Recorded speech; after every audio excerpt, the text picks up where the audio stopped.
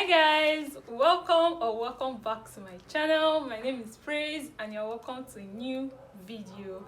On this video, I'll be giving you tips to consider when you're house hunting in Nigeria, especially if you're a Nigerian student and you want to stay off campus. So this is for my off-campus babies on the channel. So if that's something you're interested in, keep watching. Don't forget to subscribe if you have not yet subscribed to the channel, like if it was helpful, and leave a comment in the comment section.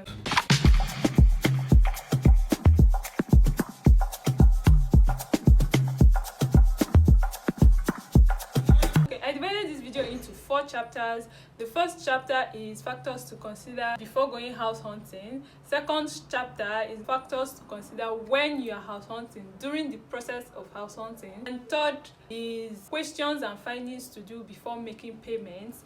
And the last but not the least is red flags to look out for when going house hunting. Let's get right into the video. I have a whole list, like you guys. I came out prepared. Don't joke with me. Don't play with me. I don't have hunts for this life. Factors to consider before going house hunting. The first factor to consider is where. What is the location? Which location do you want? The second thing to consider before going house hunting is what type of house are you looking to rent? Are you looking at getting a house that is like a shortlet that has furniture and everything? For students, are you looking to rent a self-con apartment? Are you looking for a single room? Are you looking for flats? Are you looking to have roommates? You have to consider all those things before going for house hunting. Still on the factors before is who. Who are you to go house hunting? Are you somebody that wants to have a roommate? Are you somebody that don't want to have a roommate? Are you somebody that likes spaces? Are you somebody that just wants a very small, compactable something, petite looking something? Somebody that likes noise? Are you somebody that like a very chill, calm, relaxed place? Or you prefer places that there are people? If you just come outside, you see your neighbor, everybody is gisting and laughing. The next is how. How much is your budget? Another thing to consider before going house hunting are the agents. When it comes to agents, I think that this particular subtitle has children behind it. It's not just straightforward. When you are looking out for agents to go house hunting with, don't rely on just one agent. There is nothing bad. You can call 4 to 5 agents. This person might know a separate place. This other person will have a separate place. Just weigh your options and make sure you're making the right choice. Still under agents, confirm everything they are telling you. Anything a housing agent opens their mouth to tell you, make sure you confirm it. Let me give you a story to help you understand. There was this time I was house hunting and this particular agent took me to a house, told me that they have water, they have light. The rent was about 180,000 naira. I went there alone later and met a tenant in the building. And the tenant was telling me they contribute 2k weekly to bring tanker to come and fill the tank I saw in front. So basically they don't have water running in the compound. He also told me that their rent was 120,000 and not 180,000. So some of these agents, especially in Suka agents, those people, they are out for your life. So you have to outsmart them. Anything they tell you about a particular building, confirm it. My pro tip is when they are done showing you the houses and you think in your mind that a particular house suits what you are looking for, go back there later. I know it's going to cost you your transport, but go back there later without the agents and ask the people living there. They are the only ones that will give you the correct information. They are the only ones that will tell you what is really happening. Still under agents is house inspections. You guys, don't send somebody. In fact, if you're even going to inspect a particular house, wear glasses. You cannot do it with your 2 eyes. Wear glasses. Go with a friend. Your 2 eyes is not enough. If you don't have a friend to go with, borrow glasses. You know those glasses that used to zoom in things? Exactly. That's what you need when you're going for house inspection. Open your eyes like this. Thank you. Still under agents, you have to discuss with your agent who is paying. Some of these agents want you to cover for their transportation and your own, which I think is fair enough. But discuss it beforehand though, so you know what you are getting into. Am I paying your transport? How are we doing the transportation to the places you want to show me? Some of them provide transportation, some of them don't. So you have to talk with your agent and know how they run their own business. Again, I will say it again. When you see a house that you want to rent, go back there and confirm everything that we are told by your agents or even the caretaker. I'm stressing on this particular point because, in fact, I'm going to put up a video giving a story time of my experience house hunting in Osaka. Because if I start talking about it now, this video is going to be long. If you are not subscribed, subscribe to hear gist. If you want to hear the gist, click the subscribe button, turn on your notification bell, and I will see you in the gist junction. But let's get back to the video. Things to do during the process of house hunting. There are external factors to consider. External factors is the road leading to that place. In fact, if you ask me, I will advise you to go house hunting rainy season. But because of the way school calendars are and all those kind of stuff, I cannot really tell if it will be rainy season when a new section is starting and stuff like that. But you guys, consider the road. I had a friend that was staying in a particular area. Any day it rains and she decides to come outside, she will have to put her leg inside water. She will have to turn into a fish to come out of her own house. So yes, consider the road, consider the security of the place, consider the neatness of the place. If you are somebody that is looking for something that is quiet, you also have to consider how quiet it is. For example, if you are in University of Nigeria and Nsukka and you like somewhere that is quiet, who is doing that? These are the issues. Consider the quietness of the place. That's something I consider when I'm renting a house. I don't rent a house that is in front of the main road because I like my peace and quiet.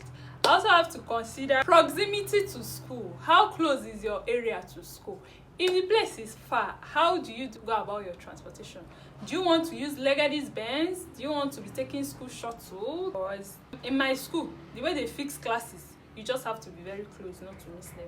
And that is about the external factors that are outside the house that you want to rent that you have to consider. Now, the next factor are like the internal factors to consider within the building. When you enter the house, how ventilated is it? Do they even have window at all? You also have to consider the water situation. Where do they fetch their water from? If they don't have water within the building, how far is the place they fetch water from? You don't want to be living here and be going to like 4 or 5 streets away to go and fetch water. You don't want that. What's the rate of getting water if there's no water within the building? The light situation. Are they owing NEPA bill or they have outstanding that you come and pay when you move in? And do they even have light at all? Did they disconnect them? What is the light situation in the building? Another internal factor you have to consider is if there are any defaults, the sockets, the doors, the windows. Is there any problem with the building? Are there cracks on the wall? If there is any defects, who is covering the costs? That's another factor to consider when you're in the process of house hunting. Is it an old building? Is it a new building? Is also another factor to consider. Findings and questions to ask. Number one question you should be asking is their payment plan. Most lodges around my school, they take a year payment plan. The least some of them take is 6 months. But yes, you have to ask for their payment plan. Because let's say the house is ticking all your boxes and you have done all your researches, you have gone back, you have asked questions and everything, and the house is okay and now you want to rent it. See, the truth is that you might like the house, but the house will not like you. It happens. It's okay. So when you have made your choice that, okay, this is the house I want to live in, ask for their payment plan. Because your budget might be for 6 months and the landlord said my payment plan in this building is 1 year or nothing. Some people that I used to run away from even used to say 2 years or nothing. Ask if there are any outstanding utility bills. Are they owing security? Are they owing light people? Are they, because you don't want to move into building and then you are seeing utilities of 19 orogodo on top of your head, and now they're telling you have to pay up or they will keep disconnecting your lights. If there is any outstanding bill, how are we going about it? Because it's not me that just moved in that will pay. Another question you have to ask is how much alterations can you make in the house? Let me use my present apartment as an example. In this building, you cannot change the wiring whatsoever. You cannot move a socket from point A to point B. If you do that and the building authority finds out, it's enough reason to evacuate you. In some lodges, you don't hit nails on the wall.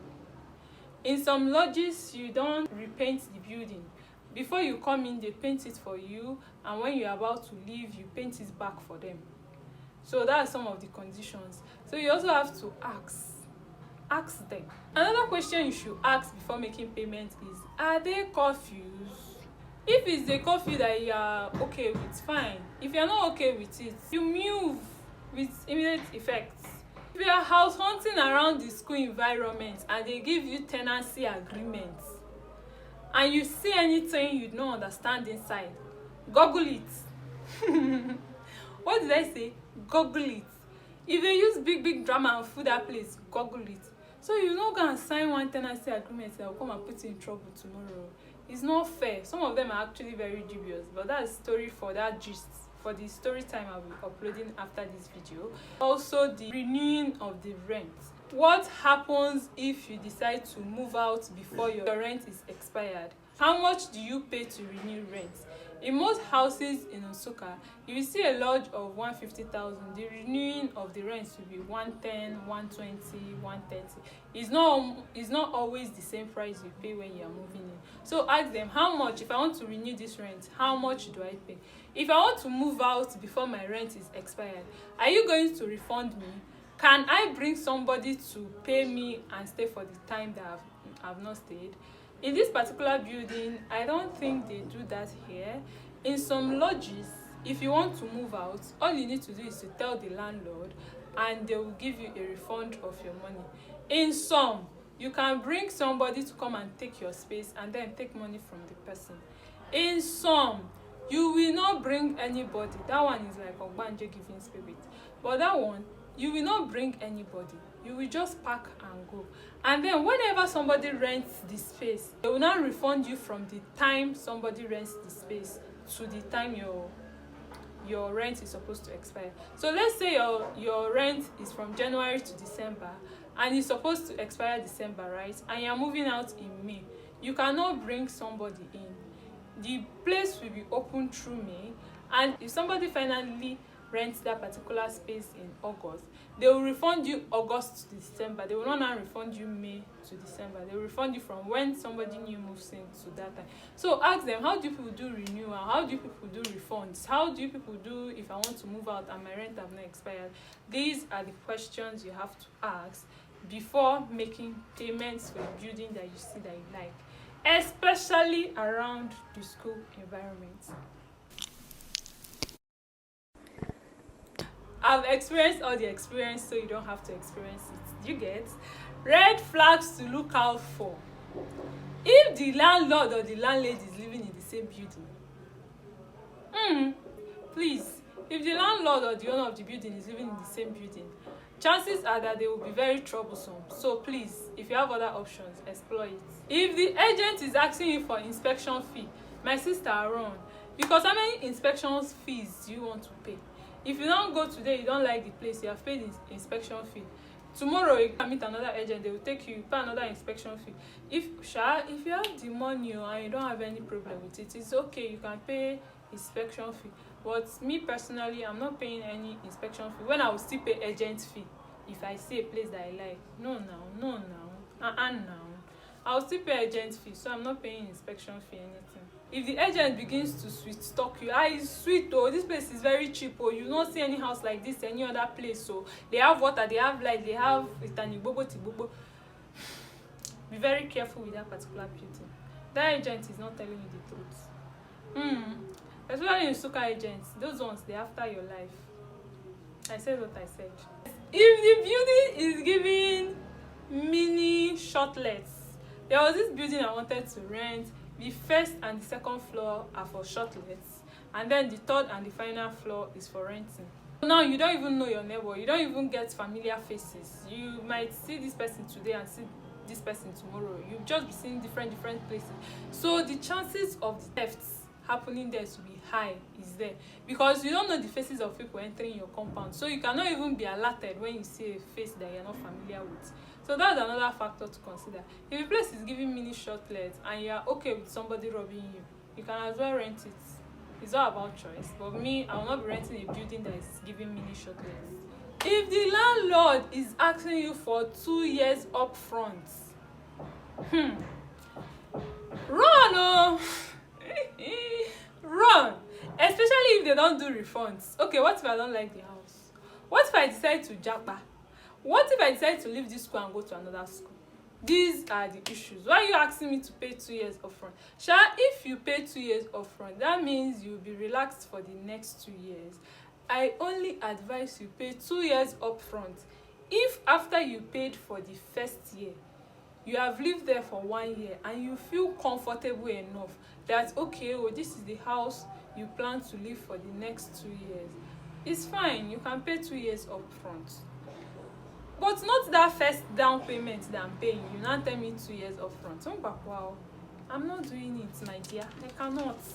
The last thing I'll be saying about house hunting in Nigeria, especially Nigerian students, is double check before paying. Check again. Ask tenants in the building, what are the issues you people are having? Do you people have light? Do you people have water? Do you people have this? They told me so and so about this compound. Is it true? Can you confirm it? All this kind of thing. Because the last issues I had when I went house hunting, it was literally a tenant that told me the truth. But I'll be giving all that gist in my next video. So if you're interested in the gist, in the three, subscribe, like, share, turn on your post notification, and you'll be notified as soon as I upload that video. Thank you so much, and see you in my next video. Bye.